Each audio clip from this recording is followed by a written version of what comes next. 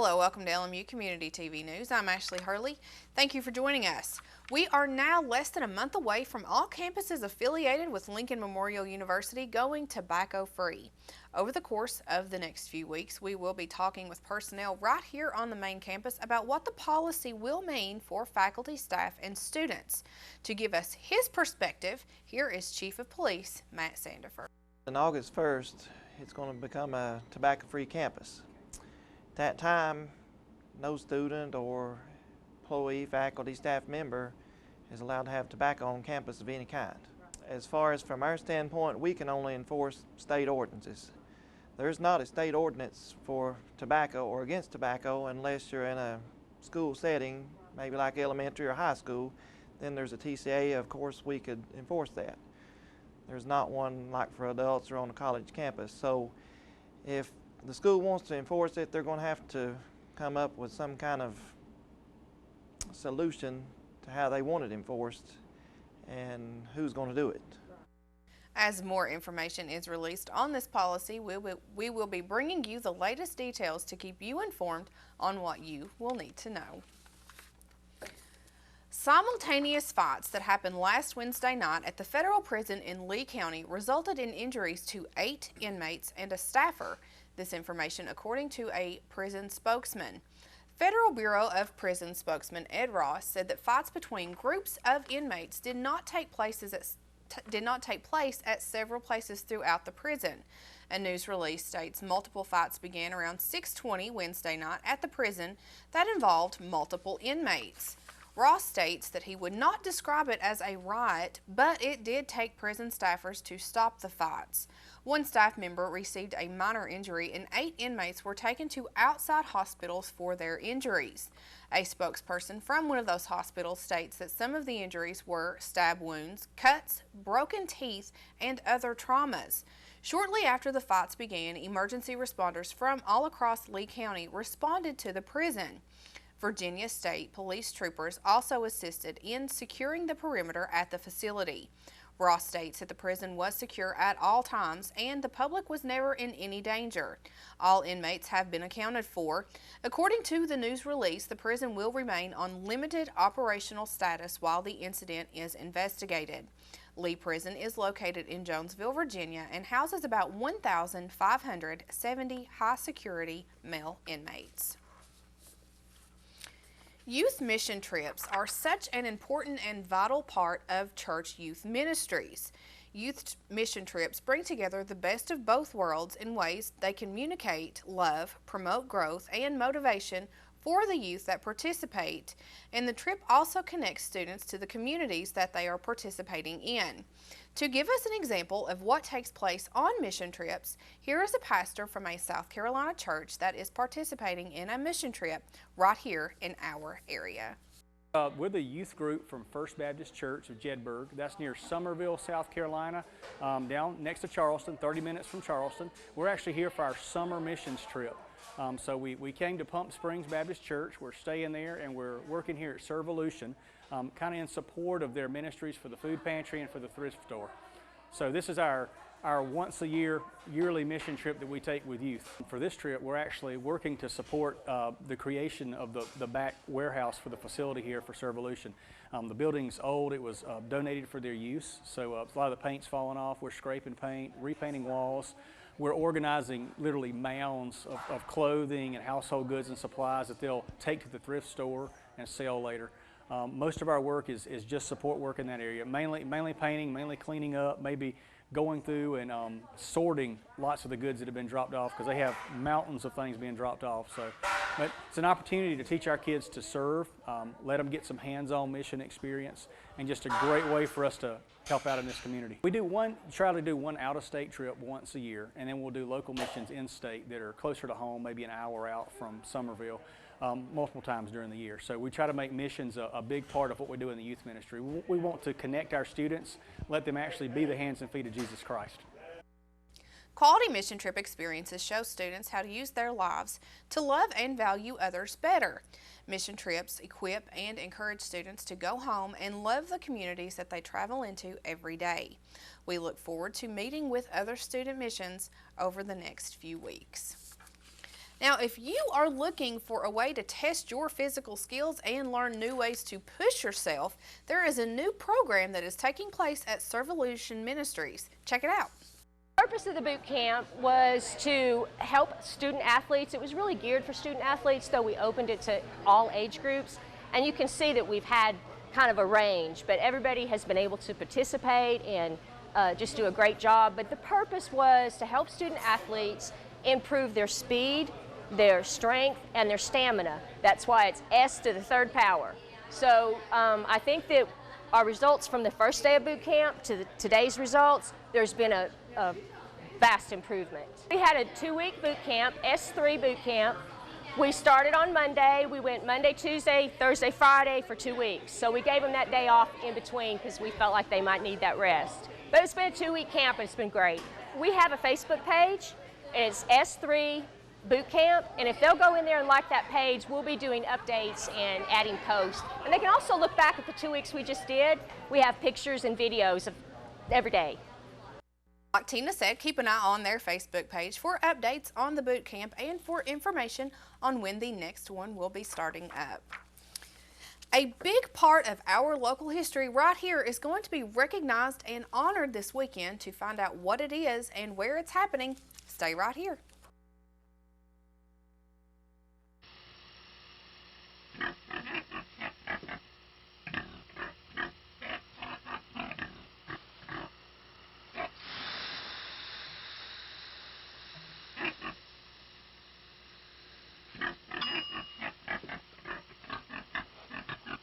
Cook foods to the right temperature using a food thermometer. 3,000 Americans will die from food poisoning this year. Keep your family safer. Check your steps at foodsafety.gov.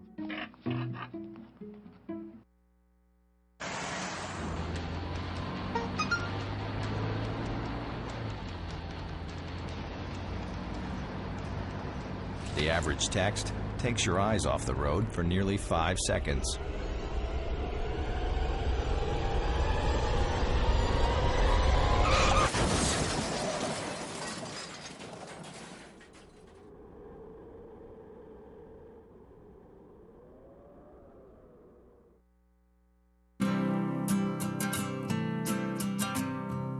Every day across America, excess food is gathered by a network of good people at local food banks, giving hope to millions of children who struggle with hunger. They've earned their wings, and you can too. Together, we can solve child hunger. Support Feeding America and your local food bank at feedingamerica.org.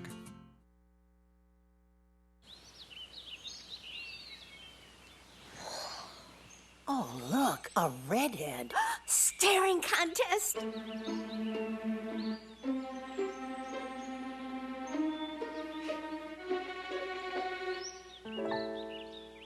You still got it. I know. Come alive with the forest. The dad was cute. You were looking right at us. Visit discovertheforest.org to find a forest near you. Visitors to the Cumberland Gap National Historical Park enjoy the attractiveness of the park's developed areas. Those areas include the landscaped picnic grounds and trails, but what the majority of visitors don't know is that many of their favorite places, including Sugar Run, Fort McCook, and most of all, Hensley Settlement, are all here through the efforts of the Job Corps. The Job Corps was established as part of President Lyndon B. Johnson's War on Poverty program in 1964, giving underprivileged young men an opportunity to work and get an education while serving their country. Cumberland Gap National Historical Park was selected as the site of a Job Corps center in 1964, but it wasn't until the early summer of 1965 that the first corpsman came here to work. Over the 4 years until it closed in 1969, the center was home to hundreds of young men and their teachers and staff. To commemorate that anniversary and to at long last recognize the many contributions of these young men, the park is hosting Unsung Heroes, 50 Years of the Job Corps at Cumberland Gap. The program will be taking place this Saturday, July 18th at 2 o'clock p.m. The hour-long program will feature a presentation by Dr. Angela Cerna on the contributions of the Job Corps at the park. Dr. Cerna wrote her dissertation about the Cumberland Gap National Historical Park, with the one focus being on the history of the Job Corps.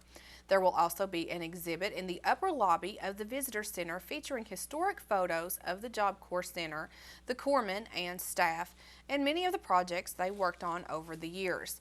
The exhibit will be on display through the end of August. After the free program, there will be a dedication of a plaque recognizing the contributions of the Gap Job Corps Center, and light refreshments will be served. For more information about Cumberland Gap National Historical Park, you can call 606-248-2817 or visit nps.gov/CUGA.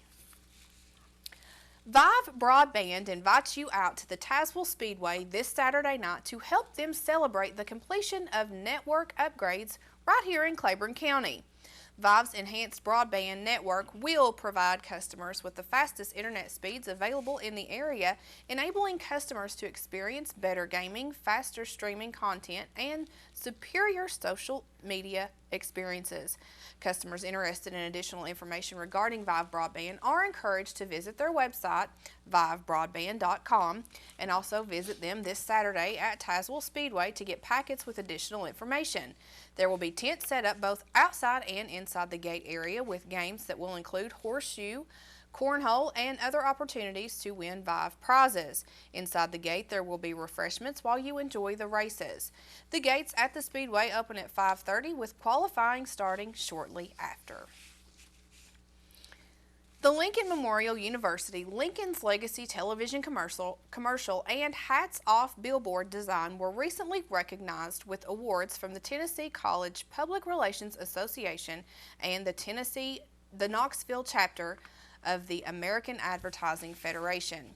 LMU's Lincoln's Legacy television spot earned the top honors in the video advertisement PSA category of the organization's annual awards competition. The spot was produced by JAO Pro, a Knoxville-based creative agency, and featured LMU and J. Frank White Academy students as extras. It also earned Bronze American Advertising Awards recognition. LMU's three-dimensional billboard featuring Abraham Lincoln's iconic stovepipe hat among graduation caps also earned gold honors in the competition. The design was tied to a scene from the television spot and was a collaboration with Lamar Outdoor Advertising. The billboard also earned Silver American Advertising Awards recognitions. The LMU earned silver honors in the TCPRA specialty item category for its custom Flat Abe jump drive. The university worked with Middlesboro Ideal Print Shop and Tux Advertising on the production of the digital storage device that was produced. The drives coordinated with the LMU social media and alumni Flat Abe campaign. The campaign was also recognized in the competition, receiving bronze recognition in the social media category. Lincoln Memorial University DeBuss College of Osteopathic Medicine students will host Cooper's Carnival on Saturday, August 15th from 11 to 4 at Harrogate City Park. The event is hosted by LMU Decom Pediatrics Club and physicians and students serving Appalachia Gaining Education, or as they call, Passage. The event is a fundraiser to raise money for Christensen Syndrome Association, as well as raise awareness of this rare disorder. Cooper is a little boy from the Harrogate community that has Christensen syndrome. He is the only child that is diagnosed with the rare disease in Tennessee, Kentucky, or Virginia. His mother, Heather Jackson, reached out to LMU DCOM students for help in raising awareness for the disorder. Christensen syndrome is a very rare genetic condition that primarily affects the nervous system and becomes apparent in infancy. It features delayed development and inability to speak, problems with balance and coordination, and difficulty learning to walk and stand. Cooper's Carnival will feature food, games, a fun run, face painting, a bouncy house, and several activities for kids. The entry fee is $5 per person or $10 per family. You can pre-register to attend the event or make a donation by visiting alumni.lmunet.edu/Cooper's Carnival. With the 4th of July holiday now in the books, it's straight ahead to Tennessee's hottest days of summer, and parents are being reminded of the dangers when it comes to children and vehicles and heat stroke. There are children every year who die after being left in the heat in a vehicle unattended. While most of the deaths are from parents leaving or forgetting their child is in the back seat, about a third are children who actually climb into the car unnoticed. So a reminder is to parents to always keep your vehicle locked, even if it is in your driveway or garage. Another thing that is also important to make sure that your keys are out of reach of children.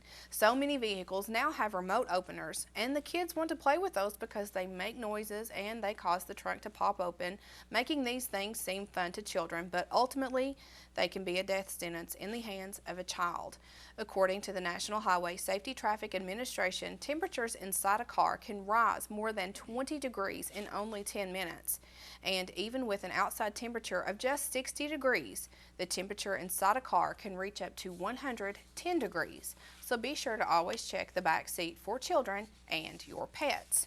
Now, speaking of pets, we are going to turn to a segment brought to you by the Veterinary Technology Program right here on the campus of Lincoln Memorial University.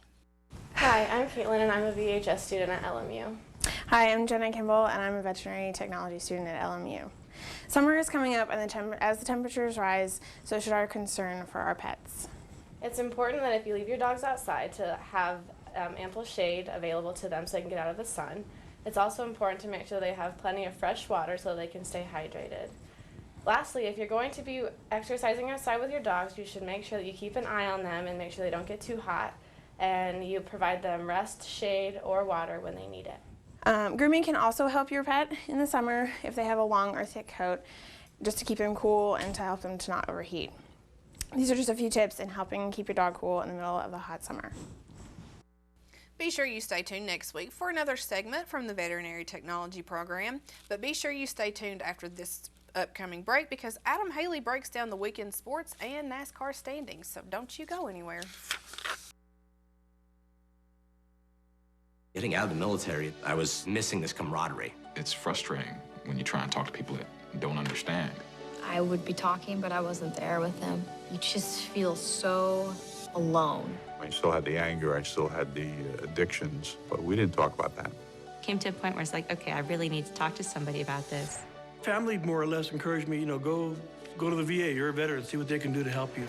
When you have family, friends, when you have the facilities like the VA and the vet center, it gives me, it gives others encouragement to keep moving forward. It's okay to go get help. It's okay to talk to people because it takes true strength to ask for help. Talking with other veterans was the best method for learning the roadmap to success. Hear veterans' real stories of strength and recovery at maketheconnection.net.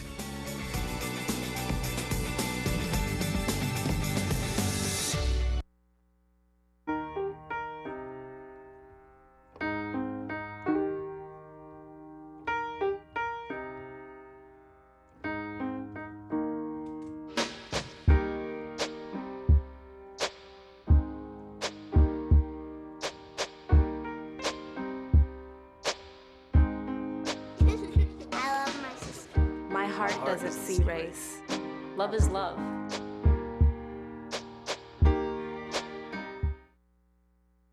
Cinderella found the pet that fits her perfectly. Tiana gave her pet the royal treatment. Belle found beauty where no one else did. And you can too. Share your heart. Share your love. Bring home your forever friend. Make a shelter pet part of your world. Happily Ever After begins at theshelterpetproject.org. Welcome back. The Sprint Cup Series spent this past week in the Bluegrass State at Kentucky Speedway. This was supposed to be a big week for the NASCAR as they rolled out their new rules package, but it became the unknown as for the second week in a row, Mother Nature took control of the weekend. Because of that, Kyle Larson got the pole from his practice time, but eventually finished 35th. Coming into the race, one driver that was on everybody's mind was Kyle Busch, who was still looking to make the chase, even though he missed the first 11 races. With his win at Sonoma at the end of June, all he had to do now was make the top 30 in points. He came into the race at Kentucky 128 points behind 30th place Cole Whipp, but left in better shape as Busch was dominant, leading 163 of the 267 laps en route to his second win of the season and his second win at Kentucky. He was followed by Joey Logano, who finished second, Denny Hamlin in third, Carl Edwards in fourth, and Matt Kenseth in fifth. Jeff Gordon finished seventh in his final race at Kentucky, and Kentucky Speedway will go down as the only race Gordon never won in his Sprint Cup career. With the win, Kyle Busch moved 2 spots closer to the chase cutoff and is now only 87 points behind Cole Whitt, with 8 races to go before the chase. The Sprint Cup Series will now move north to the Granite State for the New Hampshire 301. The Tennessee Smokies will be on the road this week in Montgomery, Alabama to face the Biscuits. The 5-game series will start on Wednesday and run through Sunday. The Smokies are 9-4 this season against the Biscuits. To keep up to date with the Tennessee Smokies, log on to TennesseeSmokies.com. College athletics are starting to gear up for the fall seasons, and with that comes preseason rankings and watch lists for awards. One of those awards watch lists was the Maxwell Award watch list, and it was released last week for the top college football player in Division I. And the University of Tennessee had 2 players, quarterback Joshua Dobbs and running back Jalen Hurd, on the initial watch list. The Vols will kick off the season on September 5th in Nashville, Tennessee against Bowling Green. The Kentucky Wildcats will also start on the 5th at home against the Raging Cajuns of Louisiana Lafayette. Now, coming up after the break, find out if Jurassic World took the top spot on the weekend for a 5th week in a row, or did a bunch of Minions finally put an end to the dinosaurs' reign, when we have the box office report with Joseph Lewis after this here on LMU Community TV News. She couldn't wait. She had imagined the day for as long as she could remember. The anticipation had been building. The shopping, the dress, the jewelry. Celebrating with her friends would be the sign that they had finally made it. Only, she didn't make it.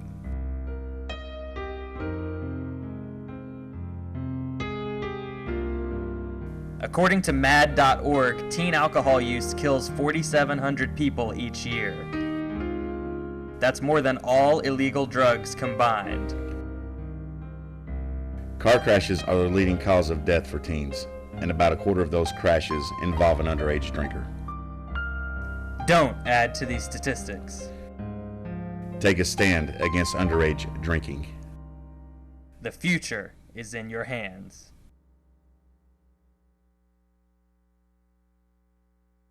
One. Two. Me. 1 in 3 teens in the U.S. is a victim of abuse by a dating partner. Numbers are important in sports, but now the number we want is 0.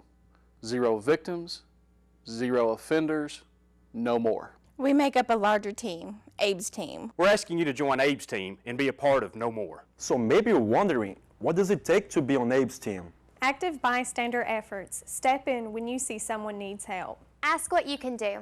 Believe victims. Extend your support. Act better everywhere and expect your friends to do so too. Always be enthusiastic, especially in obtaining consent. Avoid belligerent egos who coerce, bully, or threaten. Alcohol brings error, and I will not leave a friend behind. Join Abe's team and say no more. Let's be #AbeHealthy. Lincoln once said, "When I do good, I feel good. When I do bad, I feel bad." And that is my religion. In the spirit of Lincoln, let us support one another to do good. Join Abe's team and be Abe healthy by participating in active bystander efforts.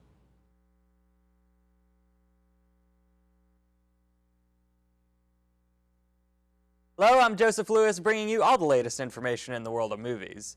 Tops at the box office this weekend were led by DreamWorks' animated spin-off movie Minions, opening to a sizable $115 million, a larger starting figure than either of the Despicable Me films, as well as the second biggest animated debut ever.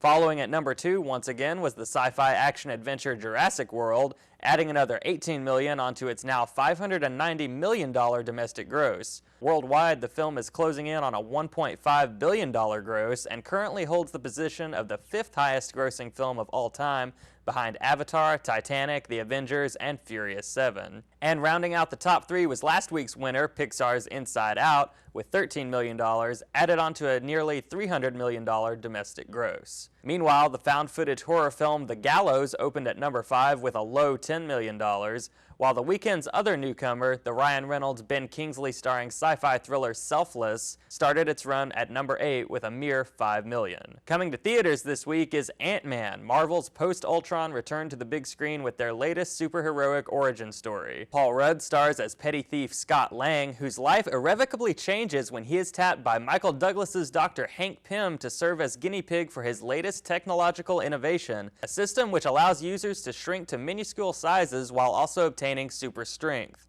Evangeline Lilly and Corey Stoll co-star, and the film is helmed somewhat unusually by Bring It On and Yes Man director Peyton Reed. Ant-Man opens nationwide this Friday, July 17th. Also opening this week is Trainwreck, the latest ribald comedy from director Judd Apatow, written by and starring comedian Amy Schumer as an alcoholic, non-monogamous career woman whose life is thrown into further turmoil when she meets and falls for a genuinely nice, caring sports doctor played by Bill Hader. Featuring an unusually diverse supporting cast including Tilda Swinton, Brie Larson, John Cena, and LeBron James, Trainwreck will undoubtedly be a must-see for followers of the current comedy scene, as well as fans of the project's wildly successful brain trust, Amy Schumer. Trainwreck can be seen in theaters starting this Friday, July 17th. In review this week is Me and Earl and the Dying Girl, a unique, brilliantly made coming-of-age dramedy from independent director Alfonso Gomez-Rejon that centers around Greg Gaines, an alienated, socially awkward teenager who spends most of his time making terrible movie parodies with his friend and filmmaking partner Earl, rather than focusing on his education. Greg's life is rocked when his overbearing parents force him to lend a caring hand to his distant high school acquaintance Rachel, who is recently diagnosed with leukemia. From there, a friendship forms between these three creative, esoterically minded individuals, leading to laughter, conflict, and tragedy that is made all the more heightened and emotional due to their age. Me and Earl and the Dying Girl won both the Grand Jury Prize and the Audience Award at this year's Sundance Film Festival, and for good reason. Although it tells a tale of underrepresented youth, the feelings it evokes about the inevitability of change and finding one's path in life are universal. The young cast, led by Thomas Mann and Ronald Seiler, is excellent, though it's Olivia Cooke's tender performance as Rachel that sticks with viewers afterward. The probability of her death hangs over every scene, but not in a dour or morose way. Instead, knowing their time together is limited causes every tiny interaction between Greg, Earl, and Rachel to take on an undeniable poignancy. However, for all its sadness, the film is also hilariously funny, from its off-kilter depiction of Greg's parents and teachers, to his surreal daydream interludes, to the elaborate, partly clever, partly ridiculous movie parodies produced by Greg and Earl. The film's overt love for all things cinema will make it particularly appealing for movie buffs, but anyone who's ever had to grow up will certainly find something to love in Me and Earl and the Dying Girl, one of the best and most heartfelt films of the year so far. That's all for this week in the world of movies. I'm Joseph Lewis. And that is also going to do it for this week's LMU Community TV News. We do thank you for joining us, and for everyone behind the scenes, I'm Ashley Hurley.